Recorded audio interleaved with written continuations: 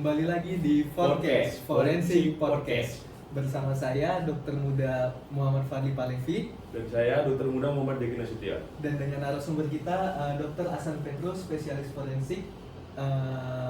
Pada hari ini kita akan membahas mengenai kremasi, legalitasnya, dasar hukumnya apa aja alasannya, dan bagaimana sih harapan kita ke depannya mengenai kremasi dalam forensik ini.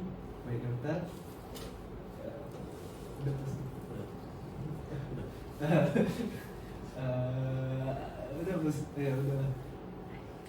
Baik, selamat pagi dokter. Ya, selamat pagi dok. Gimana kabarnya dokter? Baik. Baik dokter.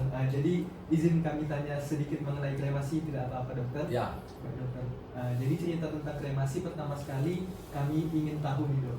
Kira-kira apa sih dasar hukum mengenai kremasi di Indonesia? Apakah sudah ada atau belum dokter? Terkait dengan kremasi ini biasanya berhubungan dengan kepercayaan ataupun agama ya. Yang biasanya itu agama Hindu, yang ketika mereka meninggal biasanya dikremasi. Nah, terkait dengan undang-undang pemerintah, ya saya kira belum ada itu terkait dengan kremasi ini. Tapi dari sudut pandang kedokteran forensik, siapa saja yang boleh dikremasi, ya tentu kalau kematian orang tersebut tidak ada dugaan unsur pidana, saya kira ya boleh.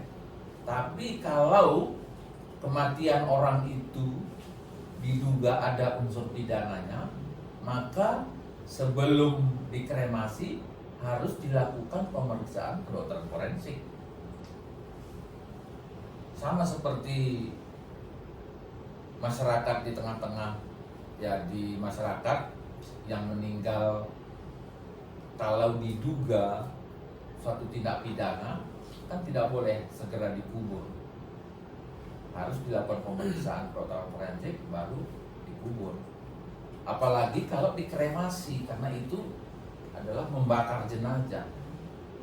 Kalau tadi dikubur umpamanya ya bisa dibongkar, walaupun penguburan itu sendiri akan menghilangkan barang bukti, apalagi kalau dikremasi. Nah, saya kira itu yang paling penting. Selanjutnya kami izin bertanya dokter, setelah kremasi kira-kira apa saja yang dapat dianalisis oleh dokter forensik? Nah, kalau dia sudah menjadi debu, saya kira akan menjadi sulit sekali. Makanya saya yakin tempat kremasi itu sendiri mereka pasti sangat selektif dalam menerima jenazah yang akan dikremasi. Artinya memang punya dokumen riwayat kematian yang jelas, termasuk tadi kematiannya itu diakibatkan oleh suatu penyakit apa, terutama juga apakah ada unsur pidananya atau tidak. Nah, karena kalau begitu sudah dikremasi rasanya sulit sekali ya untuk mendeteksi dugaan tindak pidananya. Jadi kita bahas lagi ke belakangnya dokter, kira-kira apa saja sih alasan orang ini melakukan kremasi selain dari tradisi agama? Kira-kira ada hal lain nggak dokter? Di beberapa agama yang lain, terutama yang non muslim lah, itu juga sudah ada nuansa ke sana. Alasannya apa? Karena memang tempat pekuburan umum itu sudah terbatas. Kenapa? Manusia bertambah, sementara bumi ini, tanah ini tidak makin lebar, sehingga ya ada upaya untuk mengurangi gitu ya penyempitan lahan ini akibat tempat pemakaman ini ya dengan cara kremasi tadi. Nah, ada juga pernah upaya orang gitu ya supaya manusia itu dikubur jangan lagi tiduran gitu atau telentang gitu ya. Kalau bisa dia dikubur berdiri supaya lebih kecil ruang yang dia gunakan. Nah tapi kan kita Indonesia ini yang sangat dekat dengan agama ini kan sulit juga ya. Terutama yang saya dengar itu dari agama Kekristenan ya, itu juga sudah mulai memikirkan. Karena pemahaman kita yang namanya orang yang mati itu, ya tubuh itu tidak akan berdampak apapun. Yang sudah rohnya itu ya sudah ke Tuhan. Jadi tubuhnya itu mau diapain pun nggak ada masalah. Nah tapi mungkin beberapa agama yang lain masih belum bisa menerima. Apalagi pengaruh budaya kita Indonesia yang sangat hormat dengan leluhur kita. Dalam arti menghormati itu ya dengan memelihara kuburannya seperti itu ya. Selanjutnya dokter, selain dari alasan kematian yang tidak jelas, kira-kira kapan sih kremasi ini tidak dapat dilakukan? Kremasi ini tidak dapat dilakukan ya kalau memang ada unsur pidananya. Di samping itu tadi ya soal budaya ya. Nah soal budaya ini kan bisa pro dan kontra.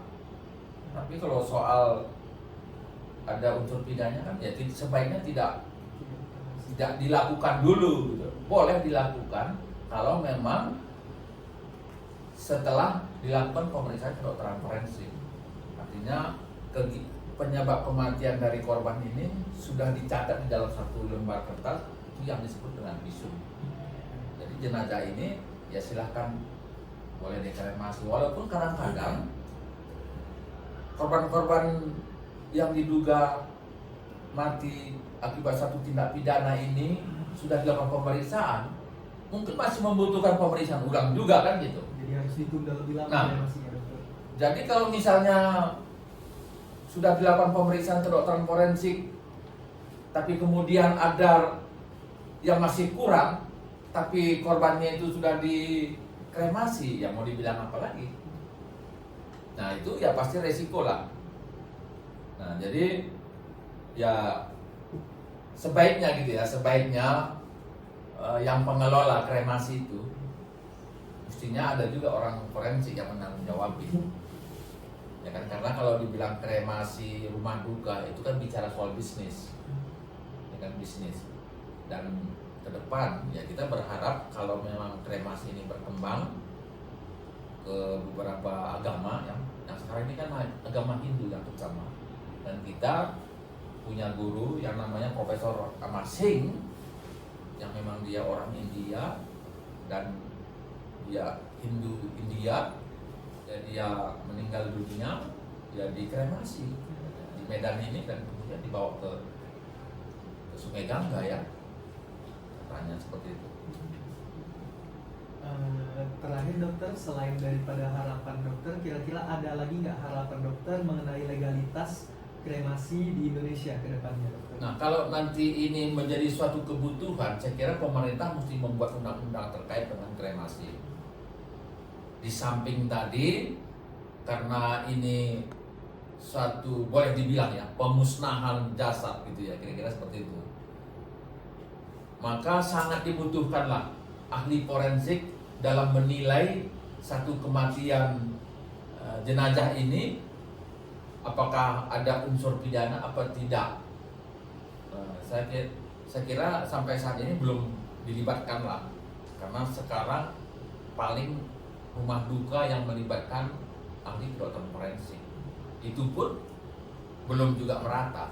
Nah kita berharap pemerintah maupun perhimpunan untuk melihat itu supaya nanti korban-korban yang meninggal ataupun ya pasien ataupun masyarakat yang meninggal yang tidak jelas penyebab kematiannya supaya lebih terselektif lah ke depan untuk menilainya itu, supaya nanti setiap kasus tindak pidana yang terjadi bisa diselesaikan dengan baik. Saya kira itu. Untuk teman saya Zaki, apakah ada lagi yang ingin ditambahkan? Mungkin itu saja untuk hari ini ya dokter. Terima kasih banyak dokter. Baik. Demikian podcast kami. Forecast. Demikian demikian forecast kami untuk hari ini. Jangan lupa di like, subscribe, dan share. Baik, lebih kurangnya mohon maaf. Sampai jumpa di episode selanjutnya.